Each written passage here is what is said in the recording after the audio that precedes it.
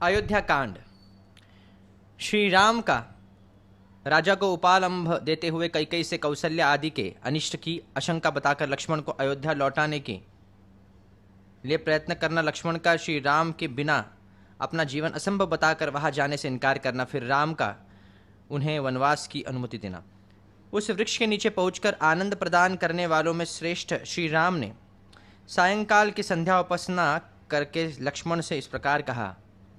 सुमित्रानंदन, आज हमें अपने जनपद से बाहर यह पहली रात प्राप्त हुई है जिसमें सुमंत्र हमारे साथ नहीं है। इस रात को पाकर तुम्हें नगर की सुख सुविधाओं के लिए उत्कंठित नहीं होना चाहिए।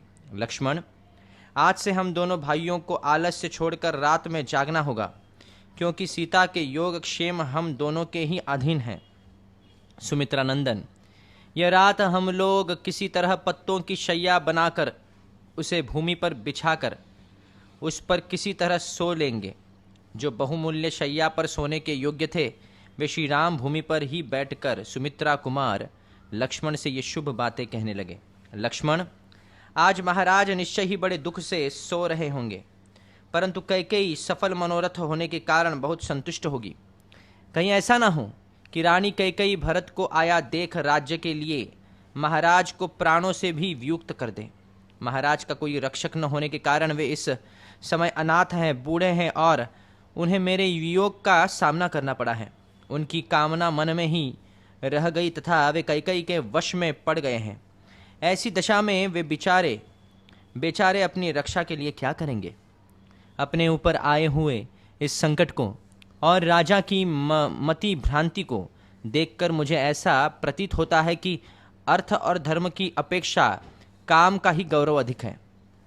लक्ष्मण, पिताजी ने जिस तरह मुझे त्याग दिया है उस प्रकार अत्यंत अज्ञ होने पर भी कौन ऐसा पुरुष होगा जो एक स्त्री के लिए अपने आज्ञाकारी पुत्र का परित्याग कर दे। कैकेयी कुमार भरत ही सुखी और सौभाग्यवती स्त्री के पति है।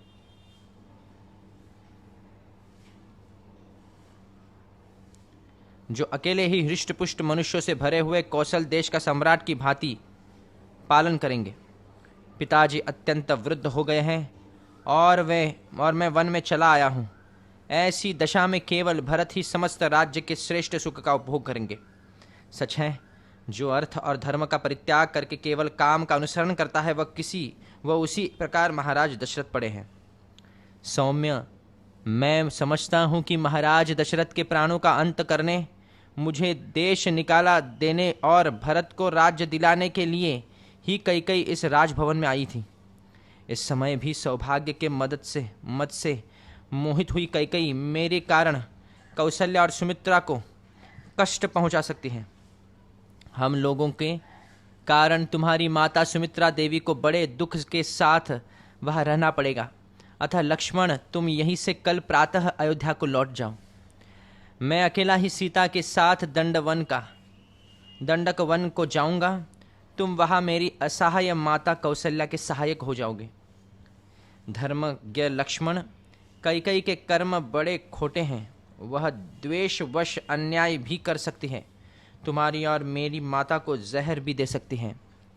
तात सुमित्रा कुमार, निश्चय ही पूर्व जन्म में मेरी माता ने कुछ स्त्रियों का उनके पुत्रों से वियोग कराया होगा। उसी पाप का यह पुत्र बिछोह रूप फल आज उन्हें प्राप्त हुआ है। मेरी माता ने चिरकाल तक मेरा पालन पोषण किया और स्वयं दुख सहकर मुझे बड़ा किया। अब जब पुत्र से प्राप्त होने वाले सुखरूपी फल के भोगने का अवसर आया, तब मैंने माता कौशल्या को अपने से विलग कर दिया। मुझे धिक्कार है। सुमित्रानंदन, कोई भी सौभाग्यवती स्त्री कभी ऐसे पुत्र को जन्म न दे जैसा मैं हूं, क्योंकि मैं अपनी माता को अनंत शोक दे रहा हूं। लक्ष्मण, मैं तो ऐसा मानता हूं कि माता कौशल्या में मुझसे अधिक प्रेम उनकी पाली हुई वह सारिका ही करती है, क्योंकि उसके मुख से माँ को सदा यह बात सुनाई देती है कि ए तोते, तू शत्रु के पैर को काट खा, अर्थात हमें पालने वाली माता कौशल्या के शत्रु के पाँव को चोंच मार दे। वह पक्षिणी होकर माता का इतना ध्यान रखती हैं और मैं उनका पुत्र होकर भी उनके लिए कुछ नहीं कर पाता।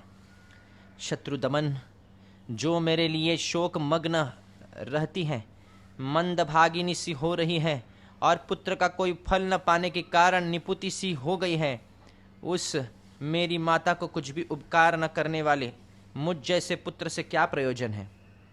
मुझसे बिछुड़ जाने के कारण माता कौशल्या वास्तव में मंदभागिनी हो गई है और शोक के समुद्र में पड़कर अत्यंत दुख से आतुर हो उसी में शयन करती है।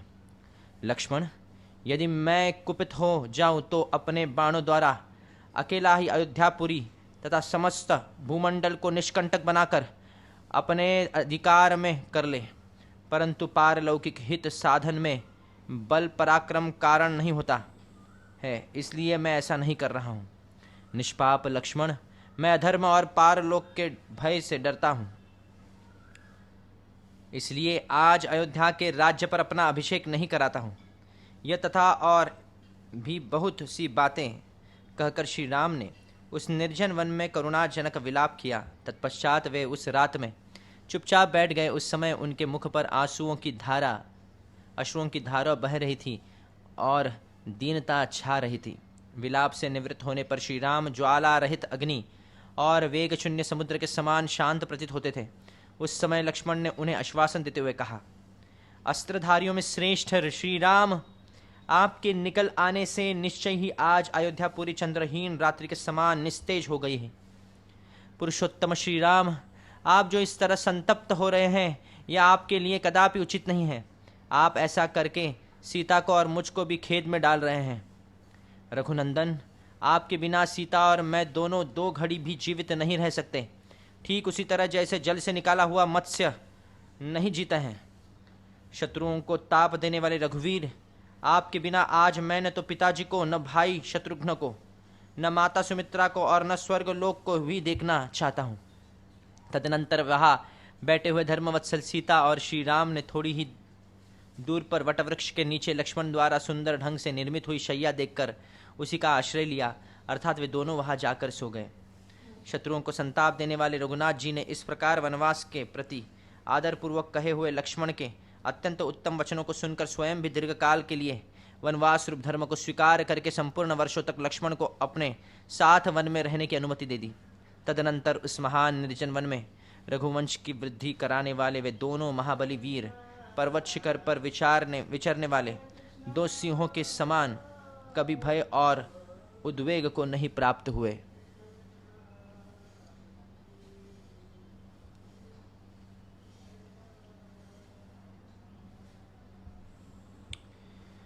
तो यहाँ पे कुछ श्लोकों तक श्री रामचंद्र जी ने जो बातें कही वे लक्ष्मण की परीक्षा के लिए तथा उन्हें अयोध्या लौटने के लिए कही गई है। वास्तव में उनकी ऐसी मान्यता नहीं थी। यही बात यहाँ सभी व्याख्याकारों ने स्वीकार की है। तो तात्पर्य यह है कि ये राम जी अचानक ऐसे क्यों उनका मूड चेंज हो गया, ये लक्ष्मण की परीक्षा कर रहे हैं भगवान राम। सो इस प्रकार वाल्मीकि निर्मित रामायण आदि काव्य के अयोध्या कांड में 53वां सर्ग पूरा हुआ। 54 सर्ग 54वां अध्याय अध्याय और सीता सहित श्री राम का प्रयाग में गंगा यमुना संगम के समीप भरद्वाज आश्रम में जाना, मुनि के द्वारा उनका अतिथि सत्कार, उन्हें चित्रकूट पर्वत पर ठहरने का आदेश तथा चित्रकूट की महत्ता एवं शोभा का वर्णन। उस महान वृक्ष के नीचे वह सुंदर रात बिताकर वे सब लोग निर्मल सूर्योदय काल में उस स्थान से आगे को प्रस्थित हुए जहाँ भागीरथी गंगा से यमुना मिलती हैं। उस स्थान पर जाने के लिए वे महान वन के भीतर से होकर यात्रा करने लगे।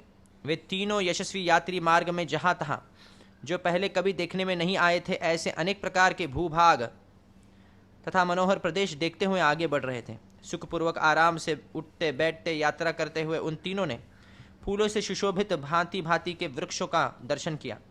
इस प्रकार जब दिन प्रायः समाप्त हो चला तब श्री राम ने लक्ष्मण से कहा, सुमित्रा नंदन, वह देखो प्रयाग के पास भगवान अग्निदेव की ध्वजारूप उत्तम धूम उठ रहा है।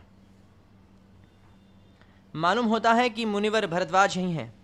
निश्चय ही हम लोग गंगा यमुना के संगम के पास आ पहुँचे हैं, क्योंकि 2 नदियों के जलों के परस्पर टकराने टकराने से जो शब्द प्रकट होते हैं वह सुनाई दे रहा है। वन में उत्पन्न हुए फल, मूल और काष्ठ आदि से जीविका चलाने वाले लोगों ने जो लकड़ियां काटी हैं वे दिखाई देती हैं, तथा जिनकी लकड़ियां काटी गई हैं वे नाना प्रकार के वृक्ष भी आश्रम के समीप दृष्टिगोचर हो रहे हैं। इस प्रकार बातचीत करते हुए वे दोनों धनुधर वीर श्री राम और लक्ष्मण सूर्यास्त होते होते गंगा यमुना के संगम के समीप मुनिवर भरद्वाज के आश्रम पर जा पहुँचे। श्री रामचंद्र जी आश्रम की सीमा में पहुंचकर अपने धनुर्धर वेश के द्वारा वहाँ के पशु पक्षियों को भयभीत करते हुए 2 ही घड़ी में तय करने योग्य मार्ग से चलकर भरद्वाज मुनि के समीप जा पहुँचे। आश्रम में पहुंचकर महर्षि के दर्शन की इच्छा वाले सीता सहित वे दोनों वीर कुछ दूर पर ही खड़े हो गए। दूर खड़े हो महर्षि के शिष्य से अपने आगमन की सूचना दिलवाकर भीतर आने की अनुमति प्राप्त कर लेने के बाद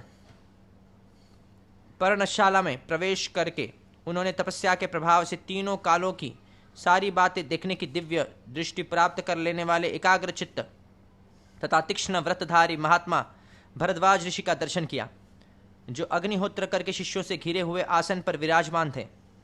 महर्षि के देखते हुए भी ही लक्ष्मण और सीता सहित महाभाग श्री राम ने हाथ जोड़कर उनके चरणों में प्रणाम किया।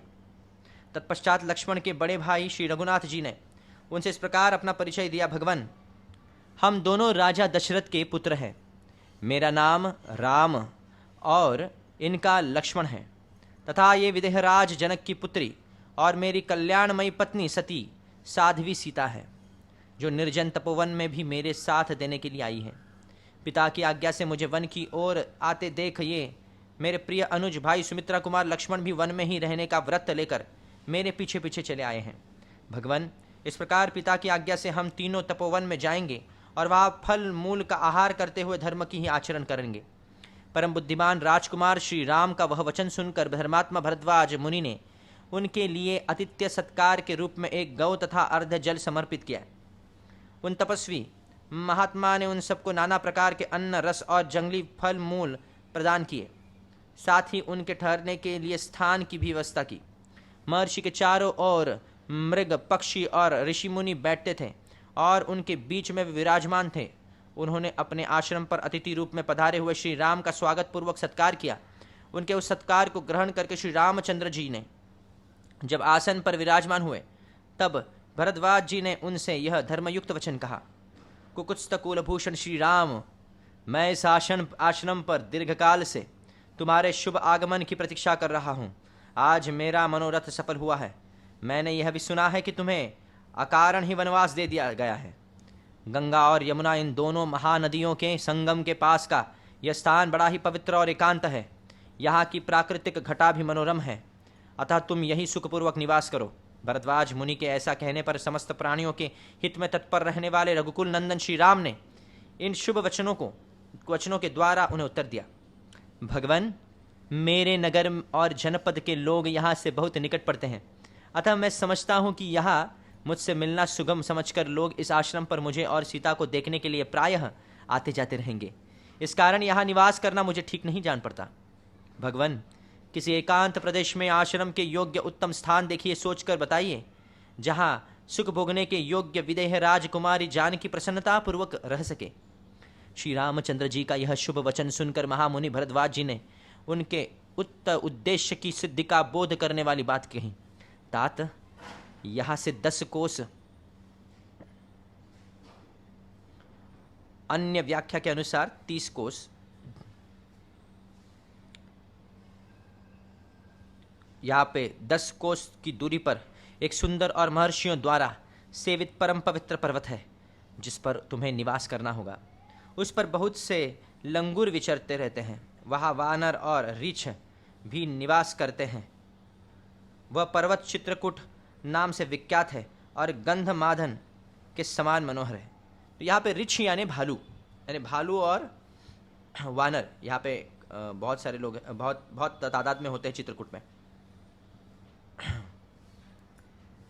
जब मनुष्य चित्रकूट के शिखरों को दर्शन कर लेता है तब कल्याणकारी पुण्य कर्मों का फल पा लेता है और कभी पाप में मन नहीं लगता है। वहाँ बहुत से ऋषि जिनके सिर के बाल वृद्धावस्था के कारण खोपड़ी की भांति सफ़ेद हो गए हैं थे, तपस्या द्वारा सैकड़ों वर्षों तक क्रीड़ा करके स्वर्गलोक को चले गए हैं। उसी पर्वत को मैं तुम्हारे लिए एकांतवास के योग्य और सुखद मानता हूं। अथवा श्री राम, तुम वनवास के उद्देश्य से मेरे साथ इस आश्रम पर ही रहो। ऐसा कहकर भरद्वाज जी ने पत्नी और भ्राता सहित प्रिय अतिथि श्री राम का हर्ष बढ़ाते हुए सब प्रकार की मनोवांछित वस्तुओं द्वारा उन सबका आतिथ्य सत्कार किया। प्रयाग में श्री रामचंद्र जी महर्षि के पास बैठकर विचित्र बातें करते रहे। इतने में ही पुण्यमयी रात्रि का आगमन हुआ। वे सुख भोगने योग्य होने पर भी परिश्रम से बहुत थक गए थे, इसलिए भरद्वाज मुनि के उस मनोहर आश्रम में श्री राम ने लक्ष्मण और सीता के साथ सुखपूर्वक वह रात्रि व्यतीत की। तदनंतर जब रात बीती और प्रातः काल हुआ तब पुरुष सिंह श्री राम प्रज्वलित तेज वाले भरद्वाज मुनि के पास गए और बोले, भगवान, आप स्वभावतः सत्य बोलने वाले हैं।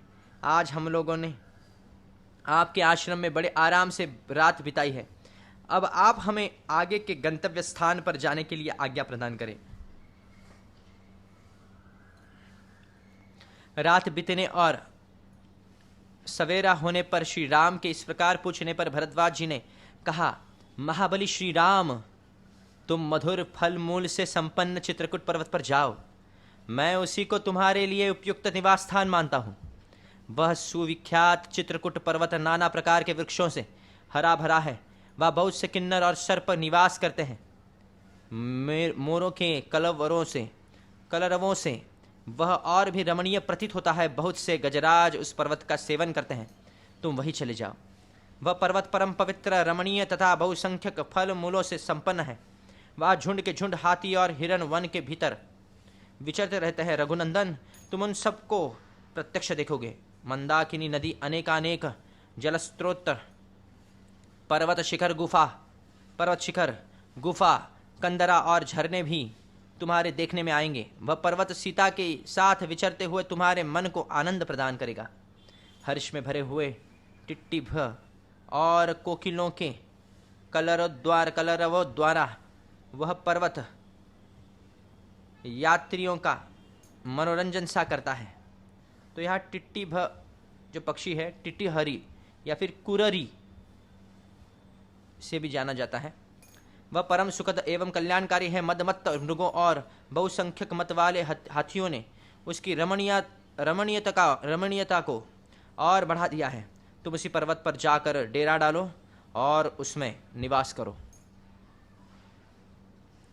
तो रामायण शिरोमणिकार इस कोश का 10 कोश का अर्थ 30 कोश करते हैं और दश ऐसा व्युत्पत्ति करके एक शेष के नियमानुसार एक ही दश का प्रयोग होने पर भी उसे 30 संख्या का बोधक मानते हैं। तो जब 10 यानी 10 कोश होता है, पर दशच जब ये 3 बार दोहरा जाएगा तो 30, 10, 10, 10, तो ऐसे भी कभी तात्पर्य देखिए 30 कोश दूर है। प्रयाग से चित्रकूट की दूरी लगभग 28 कोश मानी जाती है एक्चुअली, जो उपरयुक्त संख्या से मिलती जुलती ही है। आधुनिक माप के अनुसार प्रयाग के चित्रकूट 80 मील है। इस हिसाब से 40 कोश की दूरी हुई, परंतु पहले का क्रोशमान आधुनिक मान से कुछ बड़ा रहा होगा, तभी यह अंतर है। ओके। इस प्रकार श्री वाल्मीकि निर्मित रामायण आदि काव्य के अयोध्या कांड में 54वां सर्ग पूरा हुआ। 55 पंचपंचाशः सर्ग 55वां अध्याय। भरद्वाज जी का श्री राम आदि के लिए स्वस्ति वाचन करके उन्हें चित्रकूट का मार्ग बताना, उन सब का अपने ही बनाए हुए बेड़े से यमुना जी को पार करना, सीता की यमुना और श्याम वट से प्रार्थना, तीनों का यमुना के किनारे के मार्ग से 1 कोस तक जाकर वन में घूमना फिरना, और यमुना जी के समतल तट पर रात्रि में निवास करना। उस आश्रम में रात भर रहकर शत्रुओं का दमन करने वाले वे दोनों राजकुमार महर्षि को प्रणाम करके चित्रकूट पर्वत पर जाने को उद्यत हुए। उन तीनों को प्रस्थान करते देख महर्षि ने उनके लिए उसी प्रकार स्वस्तिवाचन किया जैसे पिता अपने औरस पुत्रों को यात्रा करते देख उनके लिए मंगल सूचक आशीर्वाद देता है। तदनंतर महातेजस्वी महामुनि भरद्वाज ने सत्यपराक्रमी श्री राम से इस प्रकार कहना आरंभ किया। नरश्रेष्ठ, तुम दोनों भाई गंगा और यमुना के संगम पर पहुंचकर जिनमें पश्चिम मुखी होकर गंगा मिली है, उन महानदी यमुना के निकट जाना। रघुनंदन तदनंतर गंगा जी के जल के वेग से अपने प्रवाह के प्रतिकूल दिशा में मुड़ी हुई यमुना के पास पहुंचकर लोगों के आने जाने के कारण उनके पद चिन्हों से चिन्हित हुए अवतरण प्रदेश पार उतरने के लिए घाट को अच्छी तरह देखभाल कर वहां जाना और एक बेड़ा बनाकर उसी के द्वारा सूर्य कन्या यमुना के उस पार उतर जाना। तत्पश्चात आगे जाने पर एक बहुत बड़ा बरगद का वृक्ष मिलेगा जिसके पत्ते हरे रंग के हैं। वह चारों ओर से बहुसंख्यक दूसरे वृक्षों द्वारा घिरा हुआ है। उस वृक्ष का नाम श्यामवट है। उसकी छाया के नीचे बहुत से सिद्ध पुरुष निवास करते हैं। वहां पहुंचकर सीता दोनों हाथ जोड़कर उस वृक्ष से आशीर्वाद की याचना करें। यात्री की इच्छा हो तो उस वृक्ष के पास जाकर कुछ काल तक वहां निवास करे अथवा वहां से आगे बढ़ जाए।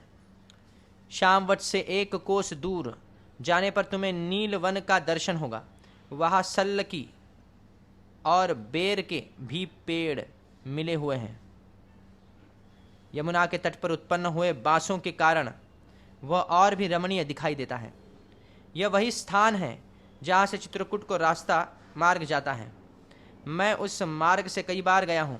वहाँ की भूमि कोमल और दृश्य रमणीय है। उधर कमी दावानल का भय नहीं होता है। इस प्रकार मार्ग बताकर जब महर्षि भरद्वाज लौटने लगे तब श्री राम ने तथास्तु कहकर उनके चरणों में प्रणाम किया और कहा, अब आप आश्रम को लौट जाइए। उन महर्षि के लौट जाने पर श्री राम ने लक्ष्मण से कहा, सुमित्रा नंदन, तुम्हारा कल्याण हो। ये मुनि हमारे ऊपर जो इतनी कृपा रखते हैं, इससे जान पड़ता है कि हम लोगों ने पहले कभी महान पुण्य किया है। इस प्रकार बातचीत करते हुए वे दोनों मनस्वी पुरुष सिंह सीता को ही आगे करके यमुना नदी के तट पर गए। वहाँ कालिंदी का स्रोत बड़ी तीव्र गति से प्रवाहित हो रहा था।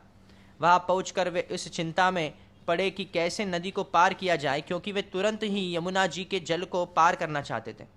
फिर उन दोनों भाइयों ने जंगल के सूखे काठ बटोरकर उन्हीं के द्वारा एक बहुत बड़ा बेड़ा तैयार किया। वह बेड़ा सूखे बांसों से व्याप्त था और उसके ऊपर खस बिछाया गया था। तदनंतर पराक्रमी लक्ष्मण ने बेंत और जामुन की टहनियों को काटकर सीता के बैठने के लिए एक सुखद आसन तैयार किया। दशरथ नंदन श्री राम लक्ष्मण के समान अचिंत्य ऐश्वर्य वाली अपनी प्रिया सीता को कुछ लज्जित सी हो रही थी उस बेड़े पर चढ़ा दिया और उनके बगल में वस्त्र एवं आभूषण रख दिए। फिर श्री राम ने बड़ी सावधानी के साथ कुदारी और बकरे के चमड़े से मड़ी हुई पिटारी को भी बेड़े पर ही रखा। इस प्रकार पहले सीता को चढ़ाकर वे दोनों भाई दशरथ कुमार श्री राम और लक्ष्मण उस बेड़े को पकड़कर खेने लगे। उन्होंने बड़े प्रयत्न और प्रसन्नता के साथ नदी को पार करना आरंभ किया। यमुना की बीच धारा में आने पर सीता ने उन्हें प्रणाम किया और कहा, देवी, उस बेड़े द्वारा मैं आपके पार जा रही हूं। आप ऐसी कृपा करें जिससे हम लोग सकुशल पार हो जाएं और मेरे पतिदेव अपनी वनवास विषयक प्रतिज्ञा को निर्विघ्न पूर्ण करें। इक्ष्वाकु वंशी वीरों द्वारा पालित अयोध्यापुरी में श्री रघुनाथ जी के सकुशल लौट आने पर मैं आपके किनारे 1 सहस्त्र गौओं का दान करूंगी और सैकड़ों देव दुर्लभ पदार्थ अर्पित करके आपकी पूजा संपन्न करूंगी। इस प्रकार सुंदरी सीता हाथ जोड़कर यमुना जी से प्रार्थना कर रही थी। इतने ही में वे दक्षिण तट पर जा पहुंची। इस तरह उन तीनों ने उसी बेड़े द्वारा बहुसंख्यक तटवर्ती वृक्षों से सुशोभित और तरंगमालाओं से अलंकृत शीघ्रगामिनी सूर्य कन्या यमुना नदी को पार किया।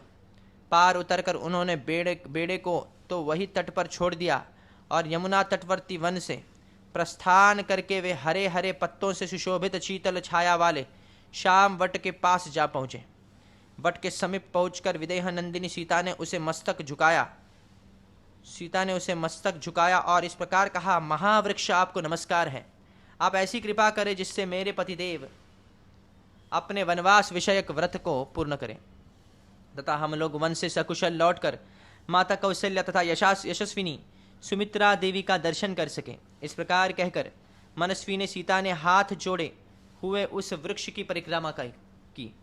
सदा अपनी आज्ञा के अधीन रहने वाली प्राण प्यारी सती साध्वी सीता को शामवट से आशीर्वाद की याचना करती देख श्री राम ने लक्ष्मण से कहा, भरत के छोटे भाई नरश्रेष्ठ लक्ष्मण, तुम सीता को साथ लेकर आगे आगे चलो और मैं धनुष धारण किए पीछे से तुम लोगों की रक्षा करता हुआ चलूंगा।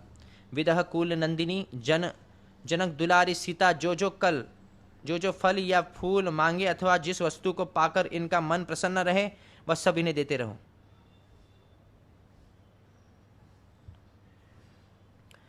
अबला सीता एक एक वृक्ष झाड़ी अथवा पहले की न देखी हुई पुष्प शोभित लता को देखकर उसके विषय में श्री रामचंद्र जी से पूछती थी तथा लक्ष्मण सीता के कथनानुसार तुरंत ही भांति भांति के वृक्षों की मनोहर शाखाएं और फूलों के गुच्छे ला लाकर उन्हें देते थे।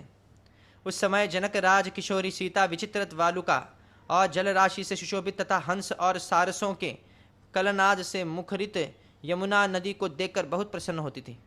इस तरह एक कोस की यात्रा करके दोनों भाई श्री राम और लक्ष्मण प्राणियों के हित के लिए मार्ग में मिले हुए हिंसक पशुओं का वध करते हुए यमुना तटवर्ती वन में विचरने लगे। उदार दृष्टि वाले वे सीता, लक्ष्मण और श्री राम मोरों के झुंडों की मीठी बोली से गूंजते तथा हाथियों और वानरों से भरे हुए उस सुंदर वन में घूम फिरकर शीघ्र ही यमुना नदी के समतल तट पर आ गए और रात में उन्होंने वहीं निवास किया।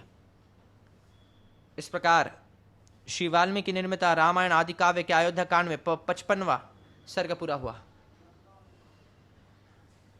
वन की शोभा देखते 56 सर्ग 56वां अध्याय। वन की शोभा देखते दिखाते हुए श्री राम आदि का चित्रकूट में पहुंचना। वाल्मीकि जी का दर्शन करके श्री राम की आज्ञा से लक्ष्मण द्वारा पर्णशाला का निर्माण तथा उसकी वास्तु शांति करके उन सब का कुटी में प्रवेश। तदनंतर रात्रि व्यतीत होने पर रघुकुल शिरोमणि श्री राम ने अपने जागने के बाद वहां सोए हुए लक्ष्मण को धीरे से जगाया और इस प्रकार कहा, शत्रुओं को संताप देने वाले सुमित्रा कुमार, मीठी बोली बोलने वाले शुक पीक आदि जंगली पक्षियों का कलरव सुनो। अब हम लोग यहाँ से प्रस्थान करें क्योंकि प्रस्थान के योग्य समय आ गया है। सोए हुए लक्ष्मण ने अपने बड़े भाई द्वारा ठीक समय पर जगा दिए जाने पर निद्रा आलस्य तथा राह चलने की थकावट को दूर कर दिया। फिर सब लोग उठे और यमुना नदी के शीतल जल में स्नान आदि करके ऋषि मुनियों द्वारा सेवित चित्रकूट के उस मार्ग पर चल दिए। उस समय लक्ष्मण के साथ वहां से प्रस्थित हुए श्री राम ने कमल नयनी सीता से इस प्रकार कहा, विदेहराज नंदिनी, इस वसंत ऋतु में अब सब ओर से खिले हुए इन पलाश वृक्षों को तो देखो। ये अपने ही पुष्पों से पुष्पमालाधारी से प्रतीत होते हैं और उन फूलों की अरुण प्रभा के कारण प्रज्वलित होते से दिखाई देते हैं। देखो ये भिलावे और बेल के पेड़ अपने फूलों और फलों के भार से झुके हुए हैं। दूसरे मनुष्यों का यहाँ तक आना संभव न होने से ये उनके द्वारा उपयोग में नहीं लाए गए हैं, अतः निश्चय ही इन फलों से हम जीवन निर्वाह कर सकेंगे। फिर लक्ष्मण से कहा, लक्ष्मण देखो यहाँ के एक एक वृक्ष में मधु मक्खियों द्वारा लगाए और पुष्ट किए गए मधु के छत्ते कैसे लटक रहे हैं। उन सब में एक एक द्रोण लगभग 16 सेर मधु भरा हुआ है। यानी सेर यानी 16 छटाक की एक तौल, यहाँ पे लिटरल मीनिंग दिया गया है। तो एक एक द्रोण जिसे कहते हैं, द्रोण एक मेजरमेंट है, तो मधु मतलब बहुत सा मधु भरा हुआ है। वन का वह भाग बड़ा ही रमणीय है। वहाँ यहाँ फूलों की वर्षा सी हो रही है और सारी भूमि पुष्पों से आच्छादित दिखाई देती हैं। इस वन प्रांत में यह चातक भी पी कहा की रट लगा रहा है।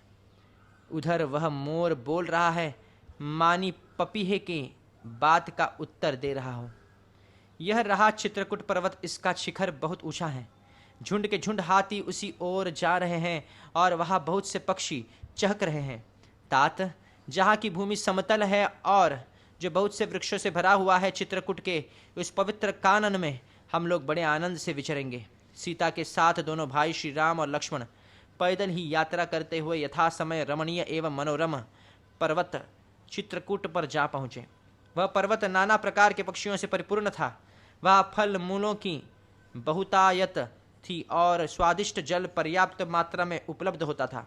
उस रमणीय शैल के समीप जाकर श्री राम ने कहा, सौम्य, यह पर्वत बड़ा मनोहर है। नाना प्रकार के वृक्ष और लताएं इसकी शोभा बढ़ाती हैं। यहाँ फल मूल भी बहुत है। यह रमणीय तो है ही, मुझे जान पड़ता है कि यहाँ बड़े सुख से जीवन निर्वाह हो सकता है। इस पर्वत पर बहुत से महात्मा मुनि निवास करते हैं तात। यही हमारा वास स्थान होने योग्य है, हम यही निवास करेंगे। ऐसा निश्चय करके सीता, श्री राम और लक्ष्मण ने हाथ जोड़कर महर्षि वाल्मीकि के आश्रम में प्रवेश किया और सबने उनके चरणों में मस्तक झुकाया। धर्म को जानने वाले महर्षि उनके आगमन से बहुत प्रसन्न हुए और आप लोगों का स्वागत है, आइए बैठिए, ऐसा कहते हुए उन्होंने उनका आदर सत्कार किया। तदनंतर महाबाहु भगवान श्री राम ने महर्षि को अपना यथोचित परिचय दिया और लक्ष्मण से कहा, सौम्य लक्ष्मण, तुम जंगल से अच्छी अच्छी मजबूत लकड़ियां ले आओ और रहने के लिए एक कुटी तैयार करो। यहीं निवास करने की मेरी इच्छा है। श्री राम की यह बात सुनकर शत्रुदमन लक्ष्मण अनेक प्रकार के वृक्षों की डालियां काट लाए और उनके द्वारा एक पर्णशाला तैयार किए। वह कुटी बाहर भीतर से लकड़ी की ही दीवार से सुस्थिर बनाई गई थी और उसे ऊपर से छा दिया गया था जिससे वर्षा आदि का निवारण हो। वह देखने में बड़ी सुंदर लगती थी। उसे तैयार हुए देखकर एकाग्रचित होकर अपनी बात सुनने वाले लक्ष्मण से श्री राम ने इस प्रकार कहा, सुमित्रा कुमार, हम गजकंद का गुदा लेकर उसी से पर्णशाला के अधिष्ठाता देवताओं का पूजन करेंगे, क्योंकि दीर्घ जीवन की इच्छा करने वाले पुरुषों को वास्तु शांति अवश्य करनी चाहिए।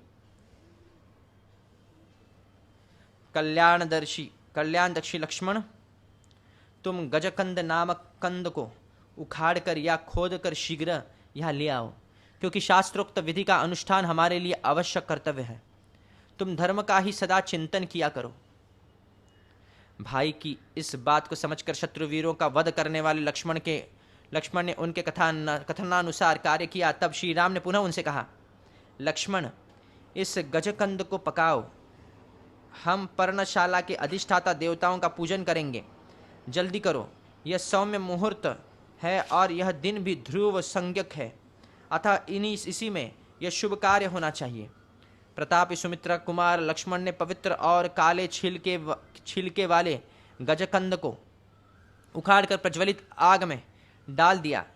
रक्त विकार का नाश करने वाले उस गजकंद को भली भांति पका हुआ जानकर लक्ष्मण ने पुरुष सिंह श्री रघुनाथ जी से कहा, देवोपम तेजस्वी श्री रघुनाथ जी, यह काले छिलके वाले गजकंद जो बिगड़े हुए सभी अंगों को ठीक कराने वाले हैं, मेरे द्वारा संपूर्णतः पका दिया गया है।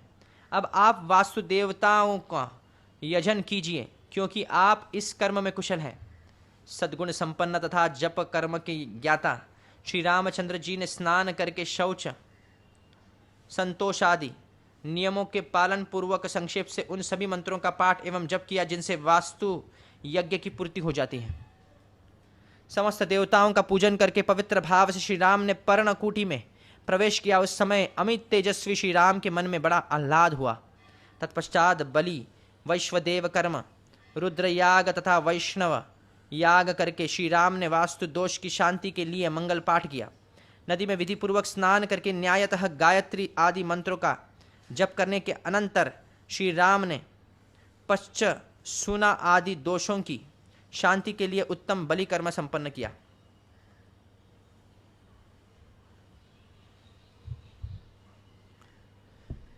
श्री रघुनाथ जी ने अपनी छोटी सी कुटी के अनुरूप ही वेदी स्थलों 8 दिक्पालों के लिए बलि समर्पण के स्थानों, चैत्यों यानी गणेश आदि के स्थानों तथा आयतनों यानी विष्णु आदि देवों के स्थानों का निर्माण एवं स्थापना की। वह मनोहर कुटी उपयुक्त स्थान पर बनी थी। उसी वृक्षों के पत्तों से छाया गया था और उसके भीतर प्रचंड वायु से बचने का पूरा प्रबंध था। सीता, लक्ष्मण और श्री राम सब ने एक साथ उसमें निवास के लिए प्रवेश किया, ठीक वैसे ही जैसे देवता लोग सुधर्मा सभा में प्रवेश करते हैं। चित्रकूट पर्वत बड़ा ही रमणीय था। वह उत्तम तीर्थ स्थान, सीढ़ी और घाटों से शोभित माल्यवती मंदाकिनी नदी बह रही थी, जिसका बहुत से पशु पक्षी सेवन करते थे।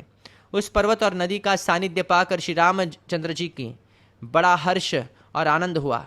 वे नगर से दूर वन में आने के कारण होने वाले कष्ट को भूल गए।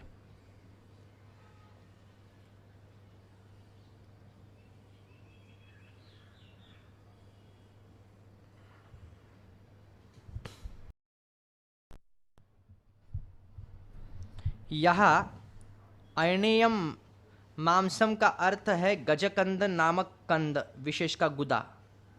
तो यहाँ पे गजकंद नामक, यहाँ पे इसको मांस करके नहीं समझना चाहिए कि इस प्रसंग में मांस परक अर्थ नहीं लेना चाहिए, क्योंकि ऐसा अर्थ लेना पर, क्योंकि भगवान राम पहले ही कह चुके हैं हित्वा मुनि वदाशिम फलानि मूलानि च भक्ष में वने, कि मैं वन में फल मूल भक्षण करूंगा।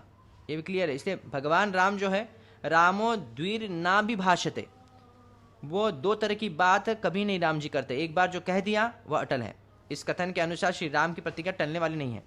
इसलिए भगवान राम मांस का भक्षण नहीं करते। यहाँ पे ये नहीं लेना चाहिए मांस खाए करके इत्यादि रूप से, नहीं तो फिर राम की प्रतिज्ञाओं से विरोध पड़ेगा। वो इन वचन में निरामिष रहने और फल मूल खाकर धर्माचरण करने की ही बात कही गई है।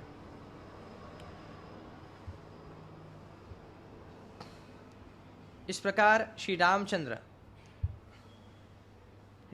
वाल्मीकि निर्मित रामायण आदि काव्य के अयोध्या कांड में 56वां सर्ग पूरा हुआ। 57 सर्ग।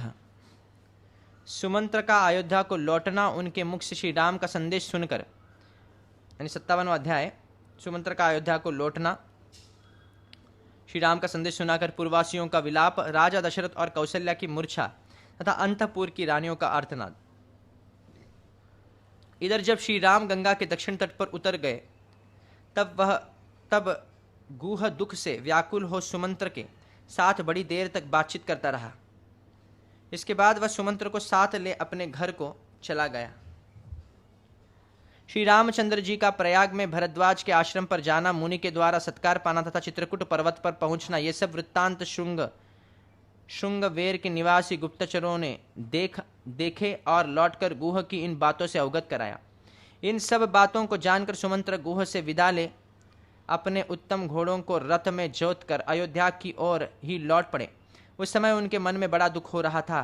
वे मार्ग में सुगंधित वनों, नदियों, सरोवरों, गांवों और नगरों को देखते हुए बड़ी सावधानी के साथ शीघ्रतापूर्वक जा रहे थे। शुंगवेरपुर से लौटने के दूसरे दिन सायंकाल में अयोध्या पहुंचकर उन्होंने देखा सारी पुरी आनंद शून्य हो गई है। वहाँ कहीं एक शब्द भी सुनाई नहीं देता था। सारी पुरी ऐसी नीरव थी मानो मनुष्यों से सुनी हो गई हो। अयोध्या की ऐसी दशा देखकर सुमंत्र के मन में बड़ा दुख हुआ। वे शोक के वेग से पीड़ित हो इस प्रकार चिंता करने लगे।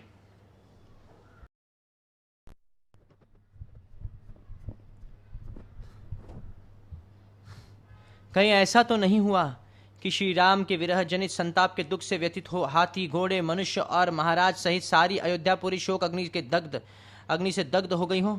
इसी चिंता में पड़े हुए सारथी सुमंत्र ने शीघ्रगामी घोड़ों द्वारा नगर द्वार पर पहुंचकर तुरंत ही पुरी के भीतर प्रवेश किया। सुमंत्र को देखकर सैकड़ों और हजारों पूर्ववासी मनुष्य दौड़े आए और श्री राम कहाँ है, यह पूछते हुए उनके रथ के साथ साथ दौड़ने लगे। उस समय सुमंत्र ने उन लोगों से कहा, सज्जनों, मैं गंगा जी के किनारे तक श्री रघुनाथ जी के साथ गया था।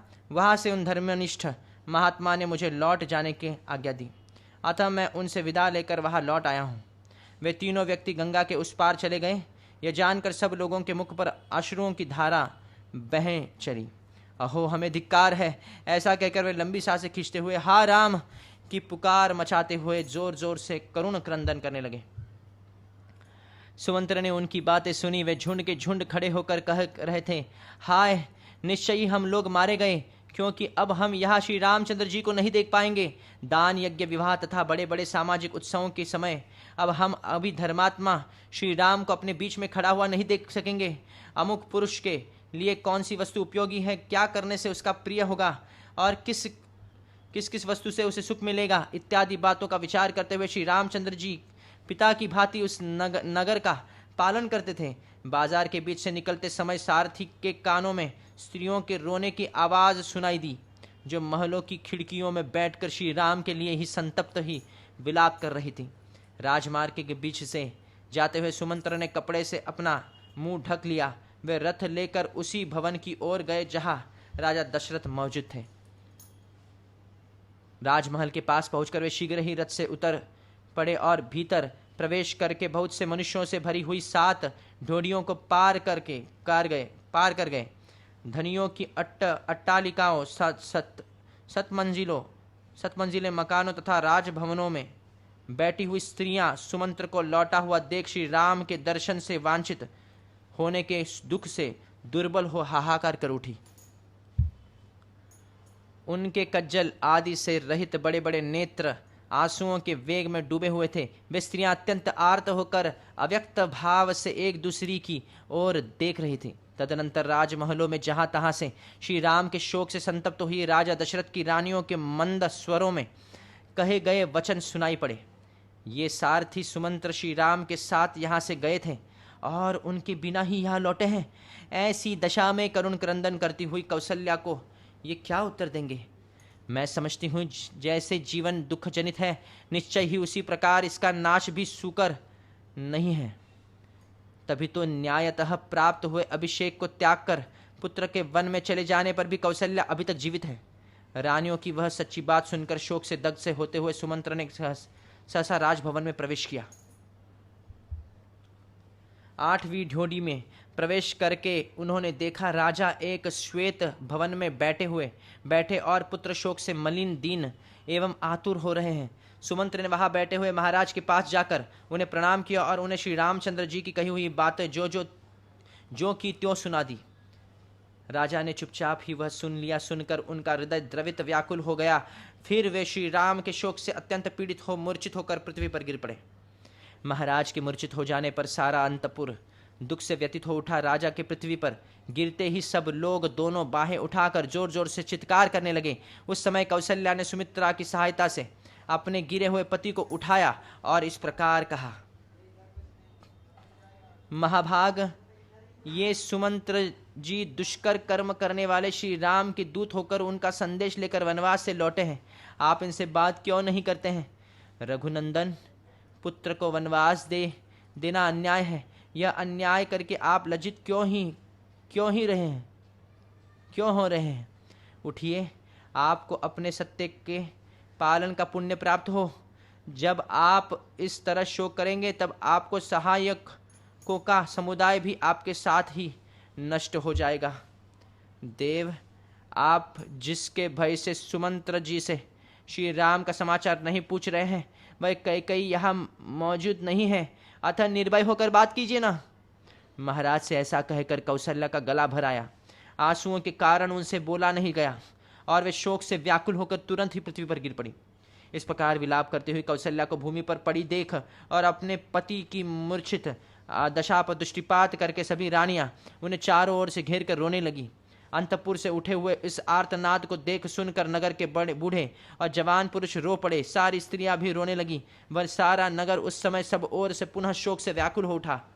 इस प्रकार श्री वाल्मीकि निर्मित रामायण आदि काव्य के अयोध्या कांड में 57वां सर्ग पूरा हुआ। 58 सर्ग। महाराज दशरथ की आज्ञा से सुमंत्र का श्री राम और लक्ष्मण के संदेश सुनाना। मूर्छा दूर होने पर जब राजा को चेत हुआ तब सुस्थिर चित्त होकर उन्होंने श्री राम का वृत्तांत सुनने के लिए सारथी सुमंत्र को सामने बुलाया। उस समय सुमंत्र श्री राम के ही शोक और चिंता में निरंतर डूबे रहने वाले दुख शोक से व्याकुल महाराज दशरथ के पास हाथ जोड़कर खड़े हो गए। जैसे जंगल से तुरंत पकड़कर लाया हुआ हाथी अपने युद्धपति गजराज का चिंतन करके लंबी सांस खींचता और अत्यंत संतत तथा अस्वस्थ हो जाता है, उसी प्रकार बूढ़े राजा दशरथ श्री राम के लिए अत्यंत संतत हो लंबी सांस खींचकर उन्हीं का ध्यान करते हुए अस्वस्थ से हो गए थे। राजा ने देखा सारथी का सारा शरीर धूल से भर गया है। यह सामने खड़ा है, उसके मुख पर अश्रुओं की धारा बह रही है और यह अत्यंत दीन दिखाई देता है। उस अवस्था में राजा ने अत्यंत आर्त होकर उससे पूछा, सूत धर्मात्मा श्री राम वृक्ष की जड़ का सहारा ले कहाँ निवास करेंगे? जो अत्यंत सुख में पले थे वे मेरे लाडले राम वहाँ क्या खाएंगे? सुमंत्र, जो दुख भोगने के योग्य नहीं है उन्हीं श्री राम को भारी दुख प्राप्त हुआ है। जो राजोचित शैया पर शयन करने योग्य है वे राजकुमार श्री राम अनाथ की भांति भूमि पर कैसे सोते होंगे? जिनके यात्रा करते समय पीछे पीछे पैदलों, रथियों और हाथी सवारों की सेना चलती थी, वे श्री राम निर्जन वन में पहुंचकर वहां कैसे निवास करेंगे? जहां अजगर और व्याघ्र, सिंह आदि हिंसक पशु विचरते हैं तथा काले सर्प जिसका सेवन करते हैं, उसी वन का आश्रय लेने वाले मेरे दोनों कुमार सीता के साथ वहां कैसे रहेंगे? सुमंत्र, परम सुकुमारी तपस्विनी सीता के साथ वे दोनों राजकुमार श्री राम और लक्ष्मण रथ से उतरकर पैदल कैसे गए होंगे? सारथे, तुम कृत्य हो गए, क्योंकि जैसे दोनों अश्विनी कुमार मंदराचल के वन में जाते हैं उसी प्रकार वन के भीतर प्रवेश करते हुए मेरे दोनों पुत्रों को तुमने अपनी नयनों से देखा है। सुमंत्र, वन में पहुंचकर श्री राम ने तुमसे क्या कहा? लक्ष्मण ने भी क्या कहा तथा मिथिलेश कुमारी सीता ने क्या संदेश दिया?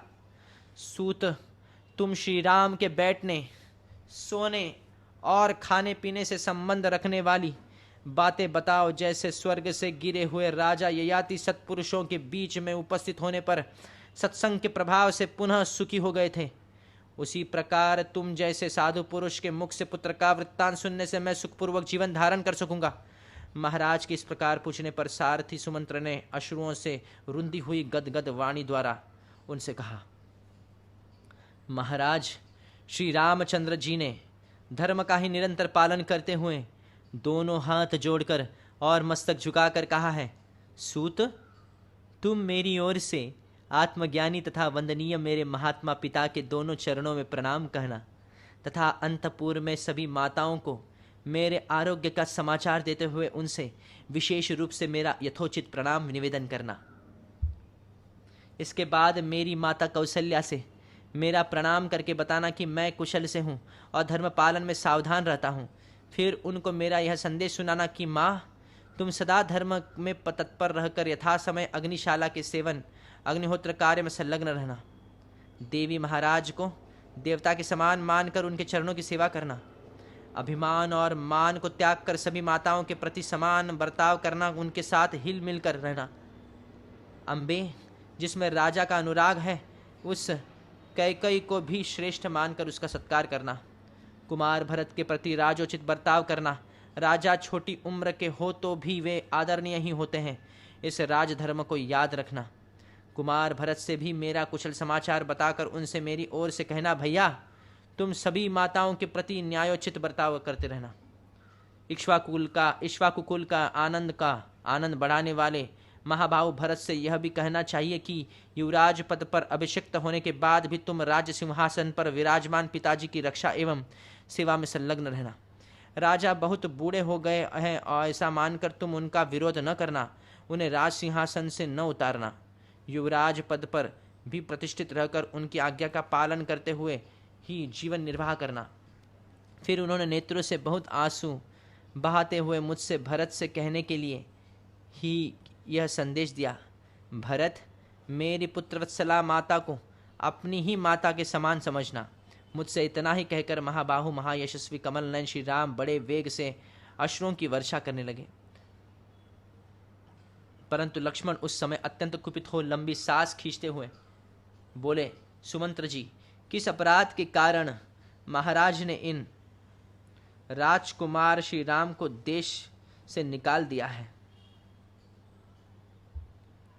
राजा ने कैकई का आदेश सुनकर झट से उसे पूर्ण करने की प्रतिज्ञा कर ली। उनका यह कार्य उचित हो या अनुचित, परंतु हम लोगों को इसके कारण कष्ट भोगना पड़ता है। श्री राम को वनवास देना कैकई के लोभ के कारण हुआ हो अथवा राजा के दिए हुए वरदान के कारण, मेरी दृष्टि में यह सर्वथा पाप ही किया गया है। यह श्री राम को वनवास देने का कार्य राजा की स्वेच्छाचारिता के कारण किया गया हो अथवा ईश्वर की प्रेरणा से, परंतु मुझे श्री राम के परित्याग का कोई समुचित कारण नहीं दिखाई देता है। बुद्धि की कमी अथवा तुच्छता के कारण उचित अनुचित का विचार किए बिना ही जो यह राम वनवास रूपी शास्त्र विरुद्ध कार्य आरंभ किया गया है, वह यह अवश्य ही निंदा और दुख का जनक होगा। मुझे इस समय महाराज में पिता का भाव नहीं दिखाई देता। अब तो रघुकुल नंदन श्री राम ही मेरे भाई, स्वामी, बंधु, बांधव तथा पिता है, जो संपूर्ण लोगों के हित में तत्पर होने के कारण सब लोगों के प्रिय हैं।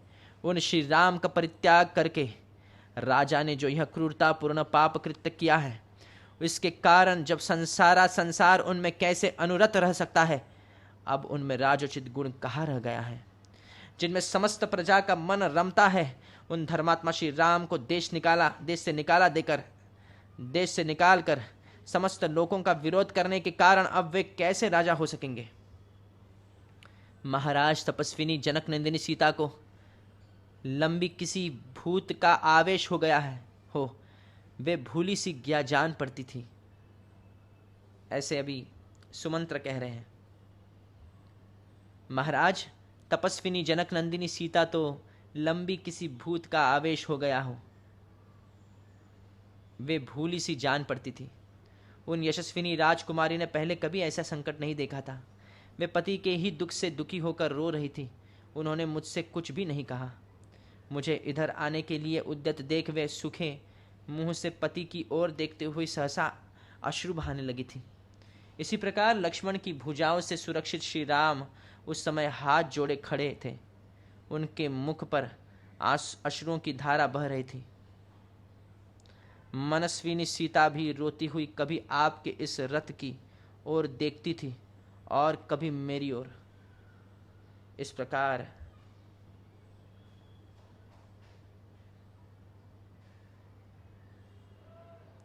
प्रकार श्री वाल्मीकि निर्मित रामायण आदि काव्य के अयोध्या कांड में 58वां सर्ग पूरा हुआ।